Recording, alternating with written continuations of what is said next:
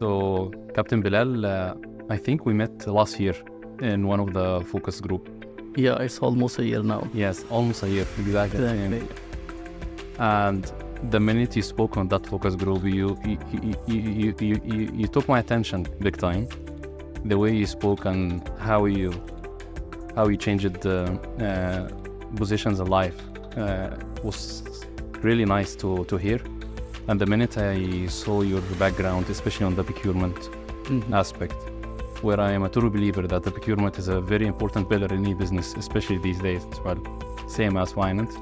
So I'm very happy that you accepted the invite, so welcome to the show.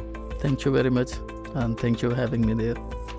Okay, so usually in our podcast, we start with introducing the guests through the purpose, the ultimate purpose in life in general. So allow me to ask you, what is your purpose in life? Look, we all have different capabilities, skills, interest, and that's why we are getting up from the bed every morning. Yes. I do have so many goals in my life, and one of the goals is to lead my country, to form my own political party and lead my country. But what makes me every morning to come out from the bed is to develop my knowledge, enhance my skills, and give something back to the society. So I love to train to the people. I love to transfer the knowledge. And what motivates me more is my own progress, and that my own progress is keeping me going on. Okay. Yeah. That's one of the unique purpose I've heard in this room, I have to admit. Really? Because you mentioned that you want to lead your country as a total country, and you see the developing your knowledge on a daily basis that will lead up to the ultimate goal that you want to reach at the end. But how you balance between having this on a daily basis where we struggle in a few days, you wake up on one day and you don't want to do it anymore. How you keep the energy behind that and you keep the vision for that purpose? Look, every day I'm having a fight with myself before I go to the bed. When I come out from the bed, so I'm having fight, so how I will lead. So there are so many challenges. So time to time, I'm just going through it, how I can come up with that challenge. The most important is the knowledge and experiences I have to gain that. So I know that it's very difficult to keep yourself or myself as a motivated, but I'm on track. So one thing what I look at the better future of my new generations coming up in my country. So, yeah. Okay. Now, when you speak about future generation, you see the difference between different generations, especially these days. And each generation, they have their own perception and the way to communicate as well with this generation. How you break this barrier? How you're gonna be able to communicate with different generation based on your experience? Look, we have to understand what they like, what they don't like, and we have to understand what will make them successful in future. And we have to align those while transferring the knowledge, while training them, while explaining them that what will be good for your future, what is bad for your future. And we have to bring the talent in front, and then let those talent to lead the generation. I'm just developing my own political party, and when I wrote the constitution, so I wrote, there's one statement I'll first read in my language and then I'll translate to you. The खिर्द को गुलामी से आज़ाद कर, जवानों को पीरों का उस्ताद कर. So free up young's mind from the slavery and make them the mentor of old. The old people, they always think with the old perception. They don't know what's going on in the world. They are not much technology saving. So I have to bring those new talent in front, and I have to make them to feel, that freedom in their mind first, and then freedom in their daily activities. Then only they can come up and lead with me. I think, Captain Bilal, I don't want to go to the main subject because what you're sharing is extremely important. If I have the time, maybe later in the future, right, maybe you can deep dive on that. But that's very, very much required these days everywhere, to be honest. You're right. Okay. Unfortunately, we have to go to our main subject this episode. But let's move the gear to the procurement. And maybe during the journey in the procurement, we can touch base on the talent and the competencies required for the talents as well in the procurement field. Now, our subject today is procurement value proposition in general, and building on the importance of the procurement. How can an organization effectively look at the cost, especially these days, without impacting the overall quality in general? The perception about procurement that the only cost saving and reduce cost, and especially with the purchasing power that we see in the market now and the inflation, the pressure on the procurement to drive more saving and at the same time not to leverage on the quality. How we can see this paradox between the quality and the cost saving, and how procurement can lead this aspect in general? Okay, someone said it very rightly that money has no value. It cannot be spent itself. It all depends on the skills of spender. And you know that almost 70 to 80% revenue of every organization is spent by the procurement professionals. And that's why they are the most important department in a company. They need to have a better skill set. Okay. Companies need to focus on the developing of the people. Many companies are focusing on the technology, on the process improvement, and this. While defining the KPIs, you know, the mainly 4 areas all companies are looking into: finance, process, customer, people. Okay. And when I'm defining any KPI, so I'm giving more weightage to the people, because when you will develop the people, they will follow the process. When they will follow the process, there will be better customer service will happen. When better customer service will happen, so you will generate more value, more financial values. Okay. So there are so many dimensions to, find the opportunities to reduce the cost and maintain the quality. But mainly I'm emphasizing on major 4. One is the cost value generation, quality value generation, service value generation, and innovation value generation. You know, the cost value generation is one of the most fundamental and tangible value proposition, procurement value proposition. And for that, procurement professionals need to be more skillful in negotiation. They have to develop the good relation with the suppliers. Okay, they have to understand what they're going to procure, and they have to understand the quality parameters, what is required. Okay, and when they will deliver the services on time, so the service value will automatically be generated. They need to be more on the logistic management. They need to be more focused on the demand planning. They need to be more focused on the customer service. And when it's come to innovation, when they are collaborating with the supplier, when they are engaging the quality supplier who used to deliver the quality services and goods on time, they can get the innovative ideas. And when you will have the innovation, so definitely, ultimately, it's generating the value from procurement.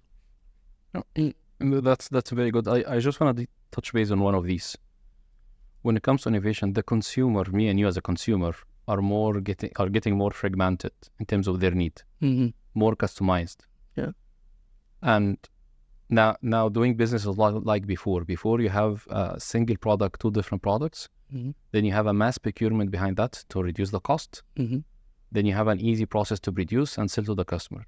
The more the customer and consumer are more fragmented, the requirement, and touching base on the innovation part, especially for the products, it requires more procurement effort to procure for all the different needs in terms of production or service for different customer and different consumer. Exactly. Do you see this as a barrier or as a burden on procurement? Do you believe literally that they wish if we only procure 2 service only, and then we do our effort on that and reduce the cost and have a long-term relation with the customer to have a mass production on that service, on that product? You see what I'm saying? I don't see it's a burden on the procurement. Okay. I see it as an opportunity for the procurement professionals to learn something new about the innovative products, and go and explain to your operational teams, go and explain your internal and external stakeholders. There's always, so many good innovative ideas are available in the market. There's always innovative products are available in the market. Usually we don't know, our end client don't know, but when we understand the benefit of using those innovative products and services, and when we go and explain to the end customer, they will definitely be happy, and they will, at the end, they will be the one who will be getting more benefit. Every dollar which procurement professional saves at the end is going to their end clients. Definitely it's going through different channels to their company, to their vendors also. Sure. Do you think supplier is understated in most of the business these days? Is the focus only on the customer, consumer, and employees? It's very much understated, actually. No company is focusing on that. We have to invest time on developing the suppliers. We have to invest time and money to develop them. We have to give them some training. We have to guide them where we feel they have weaknesses, and they have to improve and come up to the required standards. Yeah. That will bring us to an interesting subject related to the customer service and how we can. In fact, I just wanted to add that, many people, they talk about the win-win situation. Win-win is what? Win-win is you and your customer. But I talk about the win-win-win situation. Your supplier must win from that project he is working with you on that. Your customer must win from that project he is giving you the business. Everyone should feel the value. Everyone should have a value from those projects. So I entirely focus on developing supplier, especially supplier relationship management, and same as important as the customer relationship management. Okay. I'll go a bit deeper in that. All right. And it might impact the finance function as well. Let me ask you a question. Yeah. If we see that, what's the main barrier of having a bad relation with suppliers? What kind of point that we should enhance? So I agree with you. I see some role model companies in the market where they even develop a supply from scratch. That I need the service, I need to develop a supply from scratch, as if they are owning the supplier, which is not the case, which is extremely important. But here, for my existing suppliers, if I just want to group the top 10, the top 3 challenges that I usually have with a supplier, what are these challenges and what do you recommend to resolve them in the future? And I hope one of them is not a payment. Yeah, payment is, entirely in all the market, payment is one of the major issue for them. Okay. The secondly is, if we ignore them, as I told you, that we have to consider them that like they are our extended partner, they're our own department. They don't feel that they're separate from us. So we have to have the kind of, that collaboration with the supplier. So most of the company, they don't collaborate with the supplier. They always rule to the supplier, but which is not good. Okay, so payment is one of them, of course. Collaboration is the most important also. And to understand their, skill sets, to understand their innovative ideas, to understand their strength, because without them, we cannot survive in the market, and without us, they cannot survive in the market. So it's always very important to collaborate with the suppliers. Yeah. If we touch base again, because the podcast is finance for non-finance, when it comes to payment, based on your experience, is it because lack of understanding of the finance process, or finance professions not doing as much as needed to fulfill the supplier payment on time? What do you think? I think you're from the financial backgrounds.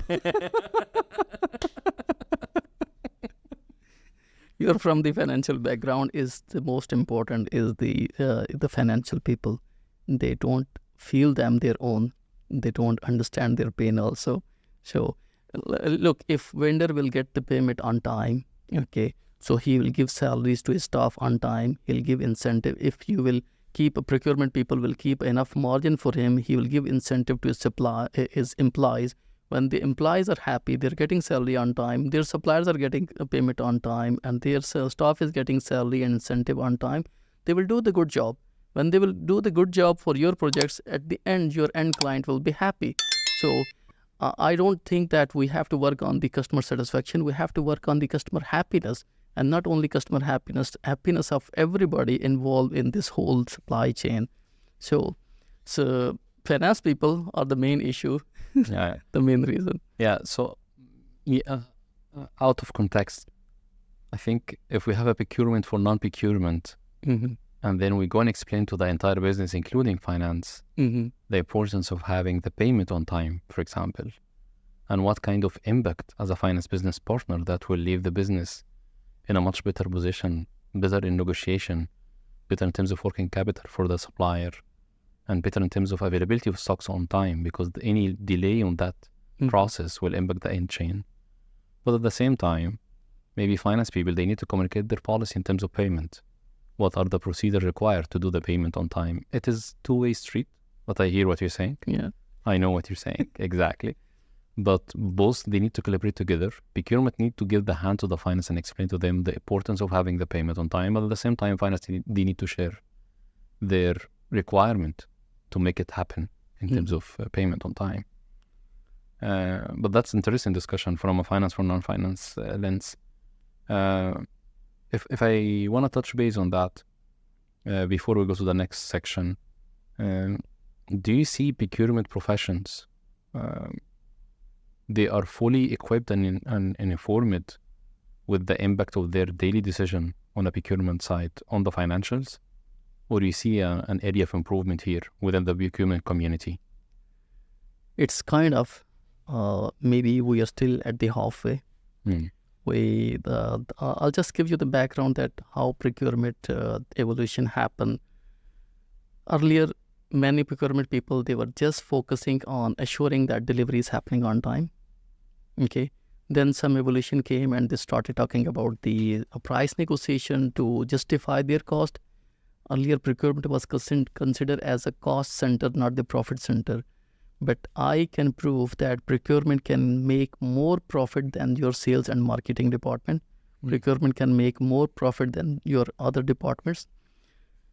Then it shifted from total cost of ownership. We started talking about the total cost of ownership. Then it shifted to the value management. And now we're talking about the innovation. Innovation at every level for everyone. So explaining the importance of procurement role to finance team and explaining the same rule to our customers will also, collaborate everyone. And, the communication is the most important at every level. When we are communicating back with the customers also that if you will pay on time, so you will get this quality, you will get this result. If you will delay the payment, so this is what will happen. At the end, you tell me that one thing, that anybody is doing the business in loss. No one is doing in the business in the loss. Suppliers, they need a business. To get the business, they might agree on your tough terms, okay? But they will, cover the cost from somewhere. When they will cover the cost from somewhere, so what will impact? Impact on the quality, impact on the delivery time, and who will suffer at the end? Your end client and you. So it should be, you must understand that they must be making some profit. Supplier must be making on some profit. So they should get everything aligned. Yeah. Now, I'll be honest with you, and don't get me wrong in the coming section. Sometimes we miss. So I love that sometimes procurement put themselves in the job of the supplier, in the shoes of the supplier. Mm-hmm. What is the thin line between putting yourself on the supplier shoes in the negotiation, or go for an easy negotiation as well? Because negotiation is tough, as you know. It's not an easy thing to convince two parties to agree on one term, on one pager, in that sense. So the question number one is, do you think that sometimes procurement, same as sales and any other function as well, take the easy way, but not to go much deeper in the negotiation, but that might fire back on the company value in terms of cost? How do you see this? This is one. Second, what kind of negotiation tactics? Because, Captain, these days, negotiation everything, negotiation in every daily life. What kind of negotiation skill that procurement need to have? Because, as you said, they can generate profit to the organization more than they even assume or even perceive. What do you think of that? Okay, why we need to do the negotiation? Because vendors, they are not quoting you the right price. Why they are not quoting you the right price? Because of so many other elements we just discussed. Okay, the best way to negotiate any price with any vendor is first you have to understand what is your requirement. Okay. Secondly, you have to go down deeply and, you must be knowing the cost of each and every element. If not, so you have to discuss with your, internal stakeholder, with your expert departments to get an idea that how much it should be. Okay. When you will go back to the supplier, when you'll just pick up the phone and start negotiating the price, definitely this is not the way of negotiation. You have to, when you talk to him, you have to talk to him on what value he will be getting.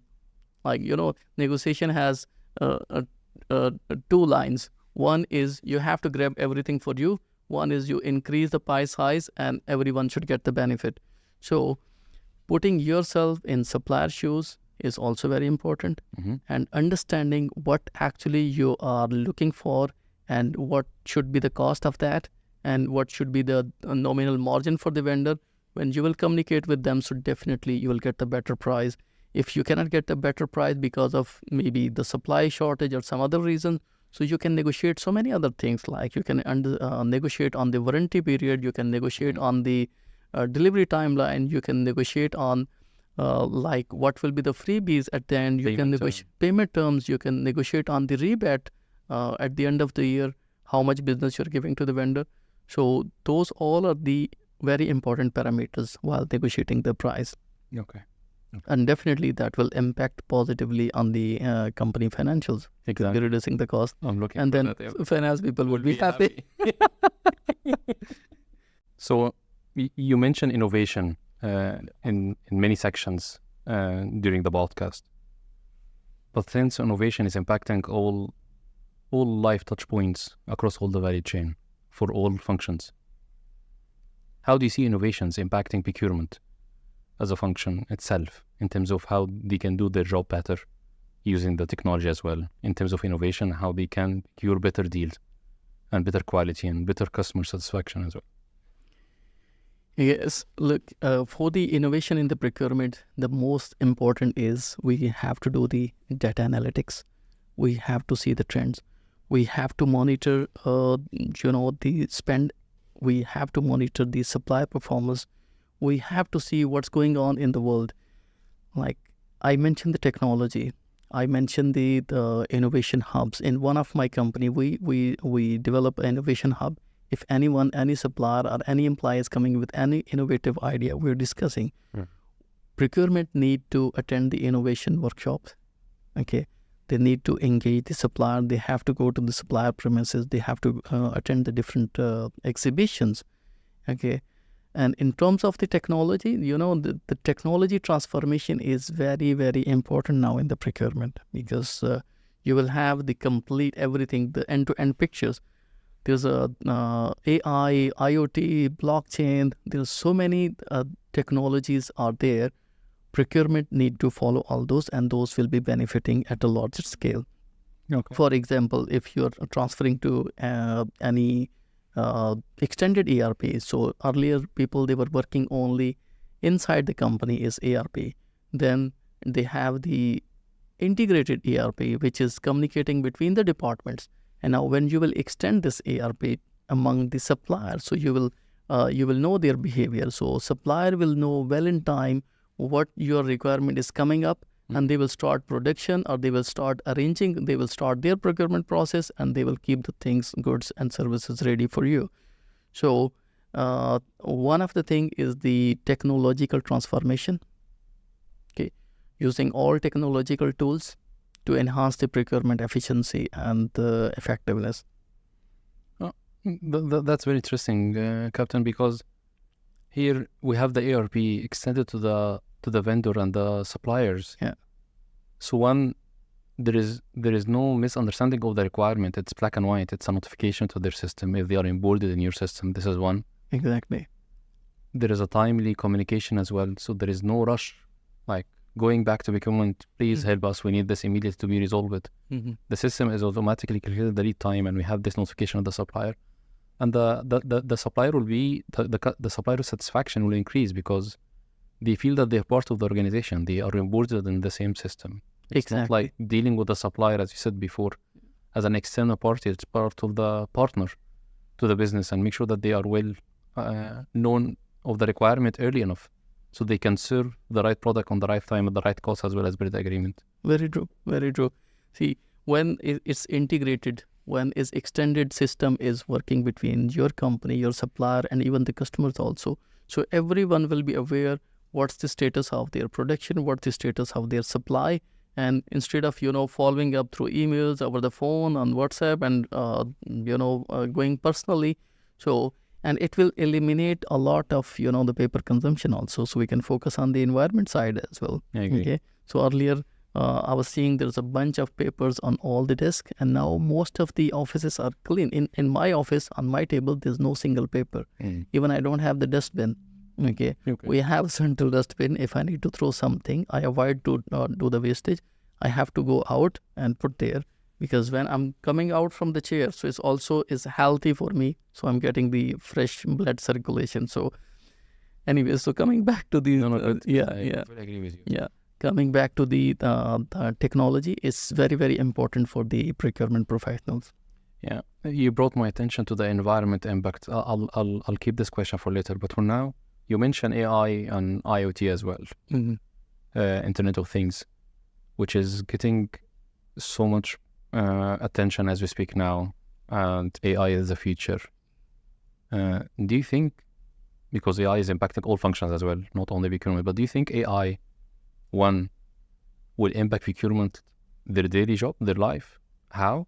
And what is your advice for becoming a professional to adapt AI, not to be defensive from the AI? This is one. And do you think AI will bring value in terms of the value proposition, could become a value proposition into business? What do you think? Definitely, it will bring the value for the organization. It will bring the value for the procurement professionals also, because instead of searching all the information from here and there, with the AI, you will have complete, set of different comparison, different prices, different specifications, and one portal. Okay, and then through AI, you can search. Now in the Google, there are so many functions. Just take the picture of the product. You will get who is selling at what price and where is available. Earlier, we were searching for the supplier. We were calling here and there. So those all are the functionalities are helping to the procurement, and procurement must adopt all those technologies, must follow those technologies and get the maximum benefit for their organization. Okay. I'll go a little bit further. Do you think AI can manage negotiation on behalf of procurement in the future? If AI I'll tell you why I'm asking this question, because especially in finance, we know that the repetitive and transactional job is automated eventually. I'm not going to say it will be automated eventually. And AI is impacting all functions, not only procurement. What kind of impact you see as AI can do as a capability on the procurement function? You draw my attention actually by asking this question that yes, we can define some parameters and AI can negotiate with the suppliers by looking, maybe we don't know that where is the alternative supplier who is selling at a low price, but AI can pick up and can tell us. Okay, so yeah, you're right. It can be your co-pilot in negotiation as well. Exactly. Can help you on that. Yeah. I do believe that adapting AI will be the right mindset, the adaptability, especially in this disruptive world, as you can see. You have to adapt to the change. Exactly. We're not anymore in the zone to protect or defend the change anymore. You have to adapt. And the people who will adapt, the only people who will be able to survive. That's where I see. Yeah. That's my personal view. Right. Now, back to an important point, maybe we missed in our brief, related to the environmental impact. I agree with you. I think procurement play a so big role when it comes to saving the planet, because the pressure they have on the cost, and the innovation, and the value proposition, but at the same time, keeping in mind the environmental impact. No one else in the organization can play this role. You know what I mean? Exactly. So, how do you see procurement taking care of the planet on the environmental impact in their procurement process? Okay, I will disagree that no one else can play the role other than the procurement. Yes, procurement can play a bigger role, but all other the departments, they can play a role while saving the environment and saving the planet. change. Unless those operational people who are our frontline soldiers, okay, so they don't understand the importance of environment. If they don't understand the importance of saving the planet, so procurement will be kind of that handicapped. But yes, procurement can play a bigger role. They can communicate with the right supplier who is following the green processes, who is following the lead parameters, who are following the sustainability.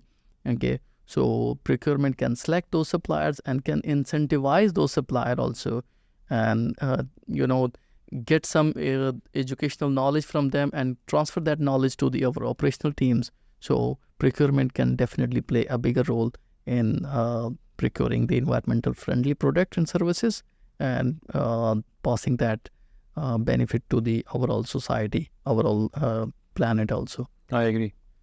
I agree with your point, because if even the company strategy is not agreeing with the procurement and the policy of the procurement, procurement can highlight. But again, if the direction from the top on this company that we can supply from anywhere, then they have to do that. But if there is a direction in the policy as a procurement leader, along with the CEO of the company, that this is our vision as a company, and this is our role to save the planet, we need to adhere this policy in terms of supplying from the customer, then they can play a big role. So I agree with you. It's not only the procurement job, but they have a role to play as well. Exactly. And I can add here, even if the top leadership, they're not agreeing or something like this, so procurement has the upper hand. They can go and they can explain, and they can convince them that what will be the overall benefit.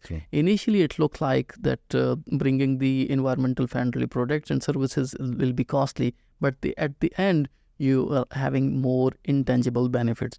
Even intangible benefits are leading to your financial benefit at the end. Yeah, I agree with you. Okay, so moving from the procurement, from the environment impact, AI and IoT and innovation, let's go to the competencies of the procurement professional. What kind of competence and skill are required now for all procurement professionals to manage their daily job better, to excel in their career, to have an impact as an overall organization? On the technical skill side, definitely they need to be good negotiators. They have to develop the supplier relationship. They have to manage supplier relationship. Okay, they need to be problem solvers, not the giving the excuses. Whatever challenge come, they should stand up and they should give the solution for that. Okay, they need to be procurement professional. Need to be the innovative thinker, strategic thinker, and they need to follow the ethics of procurement. Okay, they need to be more on the contract management. They need to be more on the risk management also.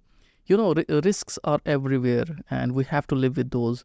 But at the end, someone has to uncover those risks, find out the reasons of those risks, and manage those risks, and at the end mitigate those risks. So, and that all procurement can play a bigger role in that. So procurement professional must have those skills also, and they also need to be more cross-functional collaboration. So between the departments, between the vendors, between the even the customers also sometimes. So also procurement need to be more IT proficiency, technology proficiency, not only the paperwork, not only the hard negotiations. And the most important is the communication. Communication skills is very important to communicate right things with the right people, right time. I think you combined a few questions in one question. You combined a few answers in two questions, because this list is extremely important for everyone, but especially procurement professional. I agree. My follow-up question: do you think if a new joiner in procurement apply all of these skills, adhere all of this skill as much as he or she can in a daily job, definitely they will be able to do their job better on a daily basis, and they will have an impact on that. If you can pick one of these, for example, just as a closing note to our podcast, and you can share a few examples no need to go through all of them. Just pick one of these skills and give us a walkthrough how we can apply these skills on our daily job, and we can drive impact in the organization as well. Okay, for the new joiner, procurement professionals, I think the most important is they have to invest time on developing their team, developing the new joiner, because majority of the companies, as I mentioned earlier, they're focused on the spending on the technology, they're focused spending on the, the processes, procedure, customer service, but what they forget to focus on developing their people, and especially the procurement people. And I mainly focus on the culture of the organization, culture of the department, okay, culture of the people, how they're communicating with each other, how they're communicating with the other stakeholders, how they are negotiating with the vendors, how they are communicating back if they are involved with the customers also. So I think the most important is the development, skills development, soft skills, hard skills development is the most important for them. Yeah, I agree with you. So as a closing note from my end as well, I think also leading the negotiation and understanding the financial impact of the negotiation. So if I am as a procurement professional, understand that a $1 increase in that contract will lead to an X pips enhancement or hit to our profitability. Or me as a procurement professional, I understand the overall financial position and health of my organization. I know what exactly we're in, whether now as an organization we're in a growth mode, we're in a profit mode, we have a struggle in both, we have a struggle in one of these, at least understand the overall value creation of the organization. That will make me as a procurement professional do my negotiation in the right direction as an overall organization. But definitely having a strong procurement will make finance team happy. I have to admit that. I agree. Yeah. So the minute they procure the right product with the right cost and having the right value proposition in the organization will make the finance journey much easier in terms of focus and having the right financial health in the organization as an overall. True. Captain Belal, I think that was a fabulous episode. I really enjoyed every single aspect of this episode, and the way you explained the value propositions and the key pillars of that. Your passion for talents and competences and skill is very clear in your position. I see your eyes spark whenever you speak about the new generation and what kind of skill that we need to invest in the new talent and new organizations. And I'm sure that will add up to your ultimate goal and the vision as well at the end. So it was really a pleasure meeting you on the podcast. Thank you so much. And I just wanted to add, because I always encourage everyone, whatever knowledge, expertise you have to train to others. Because if I'm training to someone else, I'm getting 2 more hands. At the end, procurement professionals, they need to get the jobs done by so many people. Okay, when they will train to someone else, so they will have the less, the challenges and addressing those day-to-day requirements. They will have less challenges to address the project requirements. So training or transferring the knowledge to someone else is actually giving you 2 more hands. So that's one of the most important. That's why I mentioned that the skills development and people development, hard skills, soft skills is most important for me. Yeah. Okay. I agree. Captain, that was really a pleasure having you on the podcast. Thank you so much. And I'm sure very soon, you never know, we can have another connect in a different discussion with different business content as well. Thank you so much. It was a pleasure having you on the podcast. Thank you very much. I'm happy.